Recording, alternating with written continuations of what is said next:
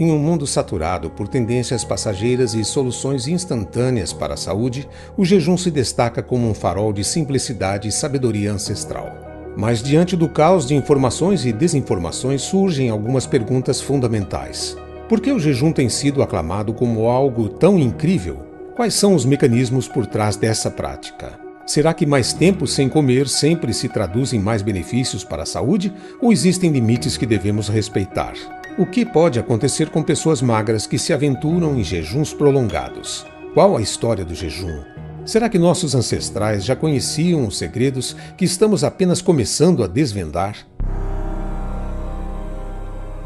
Por milênios, o jejum tem sido uma chave mestra na busca pela vitalidade, clareza mental e cura, praticado por grandes mentes e civilizações através da história.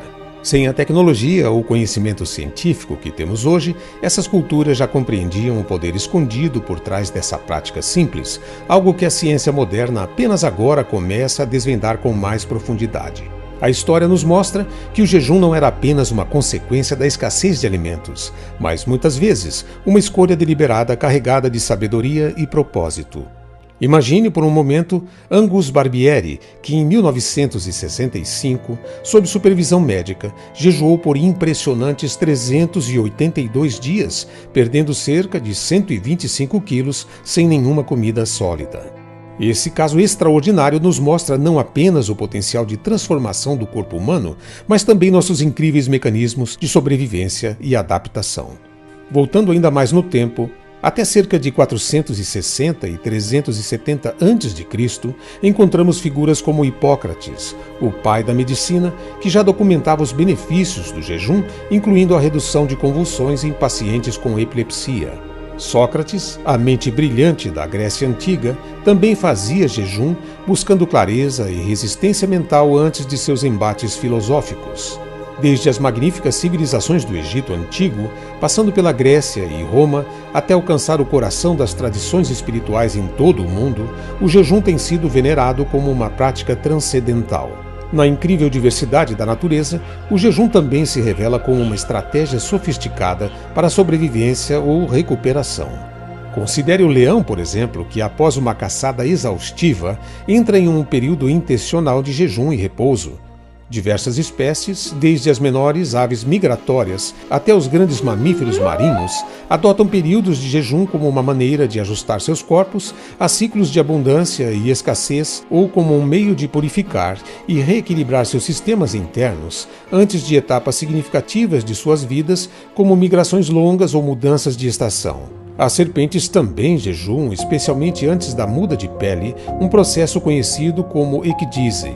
Esse processo requer uma quantidade significativa de energia e recursos biológicos. Durante o jejum, ao reduzir a demanda energética de digestão, as serpentes concentram suas energias na regeneração da pele, facilitando uma muda mais eficiente e mais saudável. Da mesma forma, muitos répteis e aves entram em estado de jejum durante a incubação de seus ovos. O jejum nesse contexto pode otimizar a alocação de energia para processos metabólicos importantes para a manutenção da temperatura ideal para o desenvolvimento dos embriões. Enquanto os animais instintivamente recorrem ao jejum para se adaptarem e se recuperarem, as pessoas ao longo da história adotaram essa prática baseando-se na experiência direta e no conhecimento passado de geração em geração. Por muito tempo, os detalhes dos mecanismos biológicos por trás do jejum permaneceram um mistério. Até que, no início do século XX, vivenciamos um avanço significativo na compreensão de como o corpo humano responde ao jejum. Em 1921, o Dr. Russell Wilder, da Clínica Mayo, marcou um ponto de virada ao explorar o potencial do jejum para reduzir ou até eliminar convulsões em pacientes com epilepsia. Até então, a comunidade médica reconhecia os benefícios do jejum, mas os mecanismos subjacentes permaneciam um mistério. Wilder identificou a cetose, um estado metabólico induzido pelo jejum, onde o corpo quebra gorduras para obter energia na ausência de glicose. Ele percebeu que essa alteração metabólica estabiliza a atividade neural e pode reduzir a excitabilidade que leva a convulsões. Inspirado por essa descoberta, ele aplicou o princípio da cetose para desenvolver a dieta cetogênica. Uma dieta rica em gorduras, moderada em proteínas e baixa em carboidratos que foi projetada para induzir a cetose sem a necessidade de jejum completo. Esse avanço ofereceu uma nova abordagem terapêutica para pacientes com epilepsia, mimetizando os benefícios metabólicos do jejum. Embora a dieta cetogênica seja um exemplo para explicar o conceito, é importante lembrar que o foco deste vídeo é o jejum e seus efeitos diretos sobre a saúde. Outro efeito notável do jejum é a ativação da autofagia, um mecanismo de limpeza celular que nosso corpo naturalmente emprega. A autofagia, que literalmente significa comer a si mesmo, em grego, é o processo pelo qual as células degradam e reciclam seus componentes danificados ou desnecessários. Esse processo de faxina interna é crucial para a manutenção da saúde celular, ajudando a eliminar proteínas defeituosas e organelas desgastadas. Períodos controlados de restrição alimentar são uma das formas mais eficientes de ativar a autofagia. Na ausência de ingestão constante de alimentos, nosso corpo procura otimizar seus recursos internos, iniciando esse processo vital de limpeza e renovação. Embora a ativação da autofagia tenha sido associada à redução do risco de várias doenças, incluindo câncer e condições neurodegenerativas como Alzheimer, é essencial entender que ela é apenas um dos muitos processos que contribuem para a complexa defesa do corpo contra essas e outras patologias. Estimular a autofagia através de um jejum bem administrado pode oferecer benefícios significativos, mas precisamos reconhecer também que a ativação da autofagia vai além do jejum, abrangendo uma variedade de práticas que podem estimular ou ajudar nesse processo vital de limpeza celular. Vejamos alguns exemplos. Exercícios de alta intensidade.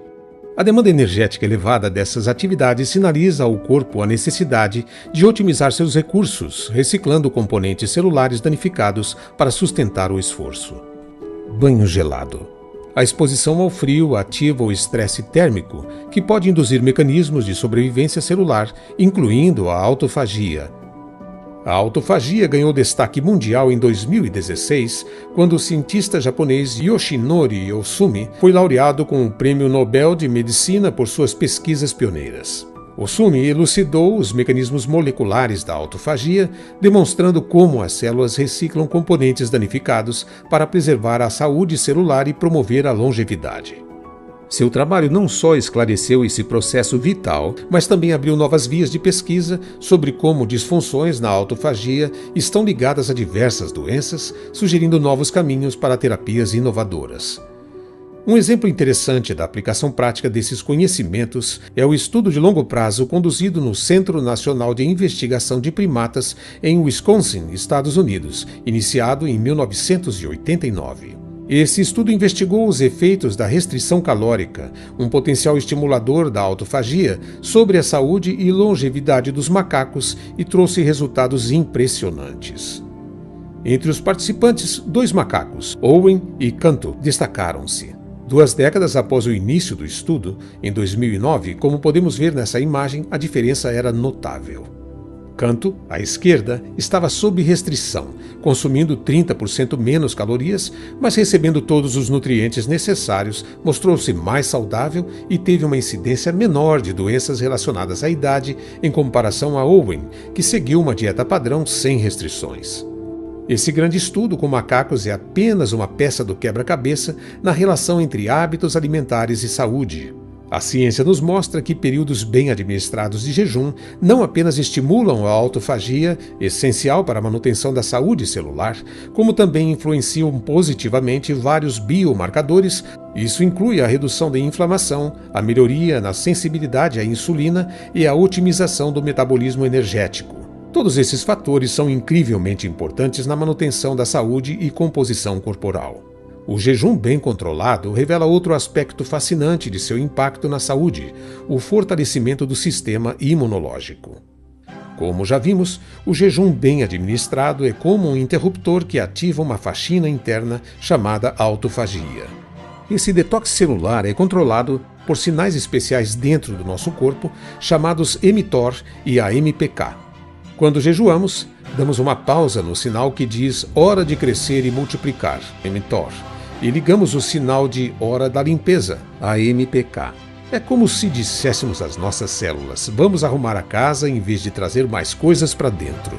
E o cérebro? Ah, ele adora essa faxina.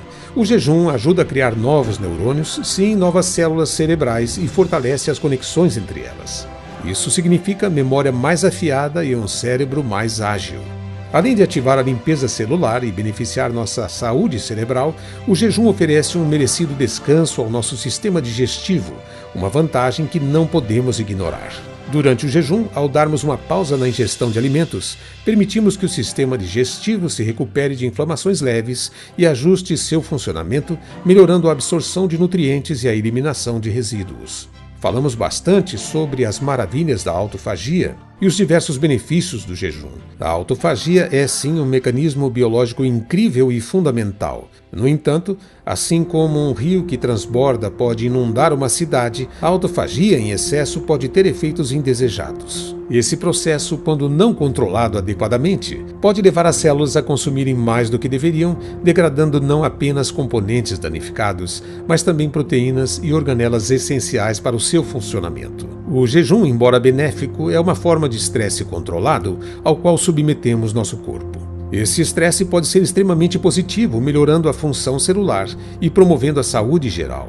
No entanto, é fundamental reconhecer que a duração ideal e a quantidade de jejum variam de pessoa para pessoa. Encontrar o equilíbrio certo onde o jejum oferece benefícios sem causar danos é crucial. Diante dessa individualidade, na prática do jejum, surge uma questão fundamental. Na ausência de alimentação, de onde exatamente nosso corpo obtém a energia necessária para sustentar suas funções vitais? Nesse caso, o corpo começa a buscar fontes alternativas de energia em um processo meticulosamente orquestrado. A primeira reserva a ser acessada é o glicogênio armazenado no fígado, fonte rápida de glicose para atender às necessidades energéticas imediatas. Porém, a capacidade dessa reserva é limitada, durando aproximadamente 24 a 36 horas.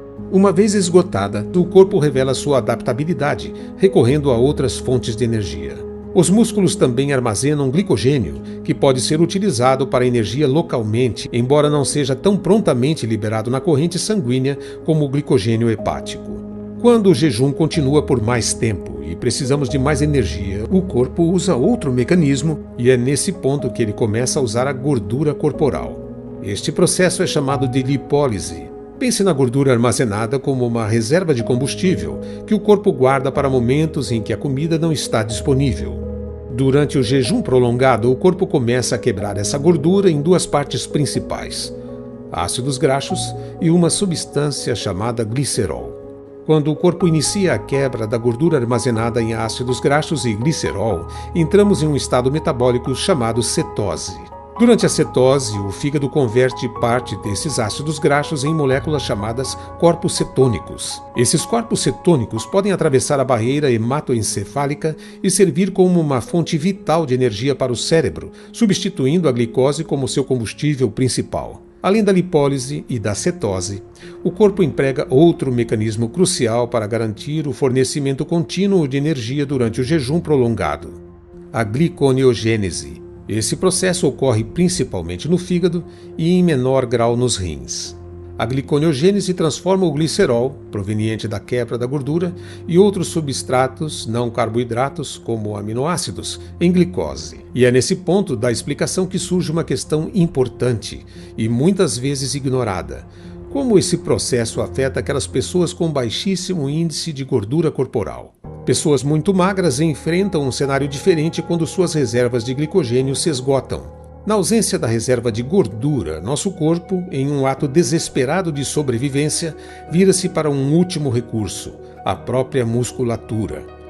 Imagine os músculos, construídos com tanto esforço, sendo lentamente desmantelados peça por peça. As proteínas, os tijolos dessas estruturas vitais, são desmembradas em aminoácidos, não mais para construir, mas para serem queimadas como lenha em uma fogueira de emergência. Além disso, a longo prazo, essa estratégia de sobrevivência pode afetar negativamente outras funções corporais essenciais que dependem de proteínas, como a reparação celular, a produção de hormônios e enzimas e a manutenção do sistema imunológico. Portanto, para indivíduos com baixíssimo índice de gordura corporal, o jejum, especialmente se prolongado, requer uma consideração cuidadosa e, muitas vezes, a orientação de um profissional de saúde. Diante desses riscos, algumas pessoas escolhem o jejum metabólico, uma abordagem que se diferencia do jejum fisiológico tradicional, onde todas as calorias são restritas. No jejum metabólico, gorduras saudáveis são consumidas estrategicamente para fornecer energia sem aumentar significativamente os níveis de insulina, mantendo assim a resposta metabólica do jejum. Contudo, essa estratégia exige uma adaptação metabólica, o que pode levar tempo. Ao explorarmos os mecanismos fascinantes pelos quais o corpo se adapta na busca por energia na ausência de alimentos, surge outra questão importantíssima. E quanto aos micronutrientes essenciais, como vitaminas e minerais? Afinal, esses micronutrientes suportam quase todos os processos biológicos, desde a função imunológica até a saúde óssea e a regulação hormonal. A resposta está em outro incrível mecanismo de sobrevivência. Por exemplo, as vitaminas lipossolúveis A, D, E e K são armazenadas na gordura corporal, sendo liberadas conforme a necessidade. Esta é uma estratégia eficiente para garantir o suprimento contínuo desses micronutrientes essenciais, mesmo durante períodos de jejum.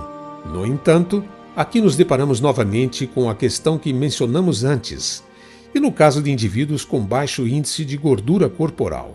Para pessoas muito magras, a quantidade de vitaminas lipossolúveis armazenadas pode ser naturalmente menor devido à reduzida quantidade de gordura. Mas isso não significa que elas enfrentarão automaticamente deficiências desses micronutrientes durante curtos períodos de jejum. O corpo é capaz de regular a liberação dessas vitaminas. No entanto, essa questão destaca ainda mais a importância de uma dieta rica em micronutrientes fora dos períodos de jejum, e a necessidade de cuidado quando se pretende fazer jejuns mais prolongados. Alguns indivíduos podem precisar de suplementação ou ajustes na dieta para garantir uma ingestão adequada desses nutrientes essenciais. Mas além das vitaminas lipossolúveis, existem diversos outros micronutrientes que sustentam o bom funcionamento do organismo como um todo. Imagine o corpo humano como uma orquestra sinfônica, onde cada micronutriente tem seu papel único, contribuindo para a harmonia da música da vida. Durante o jejum, essa orquestra enfrenta o desafio de continuar sua sinfonia, mesmo quando os instrumentos, ou nesse caso os nutrientes, parecem escassos. O cálcio, o maestro da saúde óssea e da contração muscular, encontra-se em uma dança delicada, equilibrando-se entre os ossos e o sangue. Em tempos de jejum, o corpo habilmente dirige o cálcio dos ossos para manter os níveis sanguíneos, assegurando que a música não pare.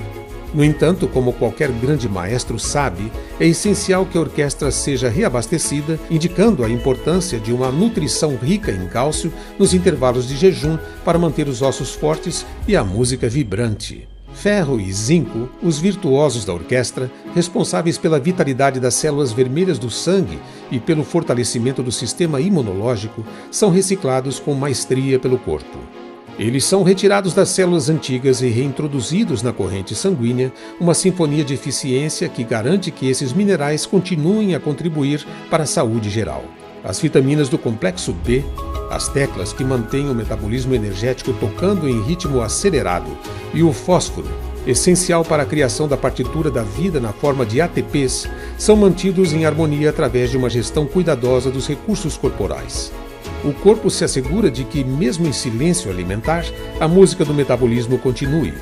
Além do cálcio, ferro, zinco, as vitaminas do complexo B, o fósforo e outros músicos virtuosos como o magnésio e o sódio, e uma variedade de outros micronutrientes, há um elemento sem o qual nossa orquestra sinfônica corporal não poderia existir: a água. Imagine a água como o maestro invisível cuja batuta guia o fluxo harmonioso de nutrientes através do nosso organismo. A hidratação não é apenas vital para sustentar a vida, ela é o meio pelo qual cada nota nutricional alcança sua plenitude, permitindo que os processos vitais ocorram, desde a facilitação da circulação de nutrientes até a remoção eficiente de resíduos. Assim como uma orquestra depende de um palco sólido e de um maestro atento para sua performance, nosso corpo depende da hidratação para manter a sintonia da saúde ressoando. Portanto, durante e após o jejum, é essencial não apenas reabastecer nosso corpo com micronutrientes, mas também garantir uma hidratação adequada, mantendo a música da vida em sua mais rica harmonia. Enquanto a sinfonia dos micronutrientes continua a ressoar em nosso organismo, revelando a intrincada beleza da vida em cada célula, é crucial lembrarmos de uma verdade fundamental. Cada indivíduo é um universo único, com necessidades e respostas distintas ao jejum. A prática do jejum, embora seja um poderoso estresse controlado capaz de fortalecer o organismo a nível celular, não segue a máxima de quanto mais melhor. Pelo contrário, ela canta a melodia do equilíbrio, da moderação e da adaptação.